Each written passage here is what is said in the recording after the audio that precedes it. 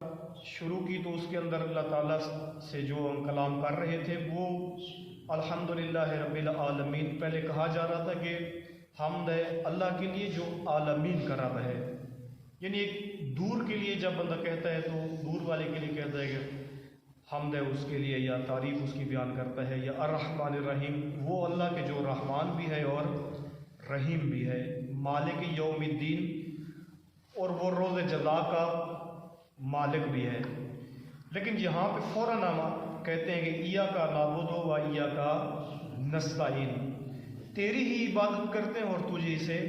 مدد مانگتے ہیں۔ جب کوئی دور ہو تو اس کے لیے استعمال ہوتا ہے وہ اس نے کہا یا وہ روز جزا کا مالک ہے، لیکن جب انسان کے رب کے درمیان سے پردے ہٹ جاتے ہیں تو فوراً کہتا ہے کہ تیری ہی عبادت کرتے ہیں تجھے سے مدد چاہتے ہیں۔ یعنی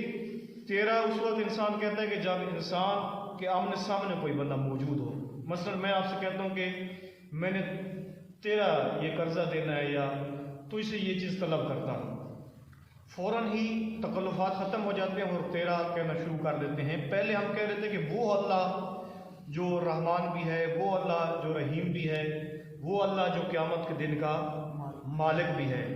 لیکن اچانک ہی فوراً کہتے ہیں اے اللہ تیری ہی عبادت کرتے ہیں، تجھے سے مدد چاہتے ہیں۔ لگتا ہے کہ اپنی آنکھوں سے مشاہدہ کر رہے ہیں یا دیکھ رہے ہیں یا اس کے ساتھ کلام کر رہے ہیں، یعنی سامنے ہے خدا اور اس سے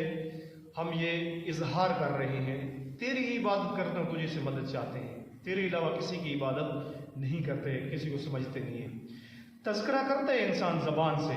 کہ تیرے علاوہ کوئی پرستش کے لائق نہیں ہے اور ہم عبد ہیں تو معبود ہے۔ یہاں پہ انسان کی بندگی کے بارے میں بیان کیا جا رہا ہے، عبودیت کے بارے میں بیان کیا جا رہا ہے، بندہ ہونے کے بارے میں بیان کیا جا رہا ہے۔ تیرا عبد ہوں، تجھے تیری پرستش کرتا ہوں، تجھے سے مدد چاہتا ہوں۔ لیکن عموماً ہم دیکھتے ہیں کہ بندگی میں انسان یا تو کبھی عبد الشیطان بنا ہوتا ہے، شیطان کے بندے۔ بہت سے لوگ ہیں جو عبد الرحمن کی بجائے عبد الشیطان بنے ہوئے ہیں، ان کا اوپر حکم ہی شیطان کا چلتا ہے اور وہ پرستش بھی شیطان کی ہی کرتے ہیں، شیطان کے ارد گرد گھومتے رہتے ہیں۔ یہ نہیں ہے کہ شیطان آپ کو کوئی نظر آئے کسی اور شکل کے اندر، انسانی شکل میں بھی بہت سے شیطان ہیں جن کے گرد مخلوق گھوم رہی ہے، انہی سے امیدیں بھی لگا کے بیٹھے ہیں، انہی کی پرستش بھی کرتے ہیں۔ کوئی شخصیت کا بت بنا کے اس کی پرستش کر رہا ہے، کوئی کسی چیز کا اور بت بنا کے۔ یہ نہیں ہے کہ ہندو ہیں تو وہ پتھر کا بت بناتے ہیں، اس کے گرد گھومتے ہیں اور اس کی پرستش کرتے ہیں۔ عموماً جب عملی زندگی میں یہ جو ہم کہتے ہیں کہ اے اللہ تیری عبادت کرتے ہیں تو اسے مدد چاہتے ہیں زبان سے، عملی زندگی میں دیکھیں تو بہت سے لوگ ہیں جو مختلف شخصیات کے گرد گھوم کے ان کی پرستش کر رہے ہیں، مختلف حکمرانوں کے گرد گھوم کے ان کی پرستش کر رہے ہیں، انہی کو سمجھ رہے ہیں کہ یہی ہمیں روزی بھی دیں گے، یہی ہمیں رزق بھی دیں گے، یہی سارا کچھ۔ لیکن اللہ یہاں پہ صریحاً اللہ تعالیٰ سے جب انسان اظہار کر رہا ہے کہ ایاک نعبد، ایاک کے ذریعے ہر ایک کی نفی ہو رہی ہے، فقط تیری ہی عبادت، تیرے علاوہ کوئی اس لائق نہیں ہے، وَإِيَّاكَ نَسْتَعِينُ اور تجھ ہی سے مدد چاہتے ہیں۔ یہاں بھی انسان کہتا ہے کہ اللہ تجھ ہی سے مدد چاہتے ہیں، لیکن ہم دیکھتے ہیں زبان سے تو اظہار کرتا ہے تجھ ہی سے مدد چاہتے ہیں، اقرار کرتا ہے، لیکن دیکھتے ہیں کہ ہر کسی کے در پہ بیٹھا ہے خدا کے در کے سوا، ہر ایک سے مانگ رہا ہے، بھیک مانگ رہا ہے۔ کبھی ظالم سے جا کے بھیک مانگے گا، کبھی طاغوت کے در پہ جا کے بیٹھا رہے گا کہ اسی سے مجھے سب کچھ ملے گا، کبھی کسی اور کے پاس جا کر اسی سے۔ اس کا مطلب ہے اس کا رب پر ایمان نہیں ہے، اس کا اس ستمگر حاکم کے اوپر ایمان ہے۔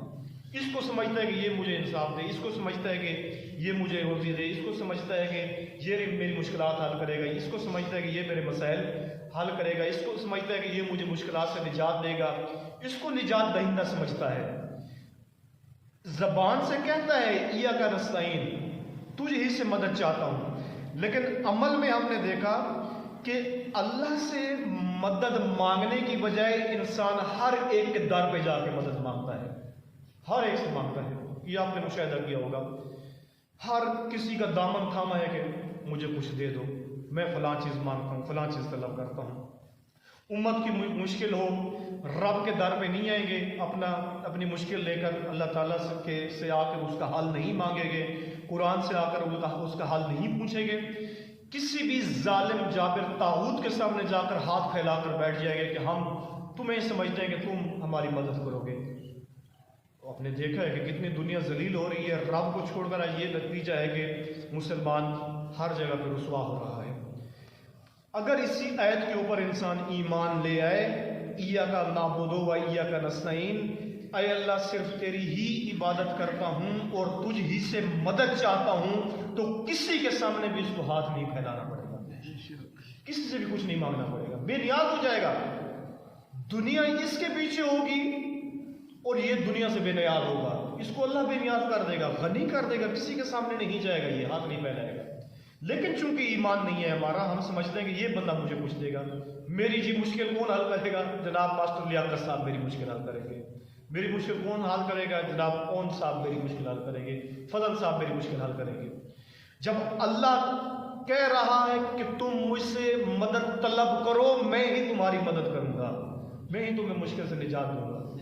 لیکن عمل میں آتے ہیں تو عمل میں زبان سے اور ہے، عمل میں وہاں پہ ہمیں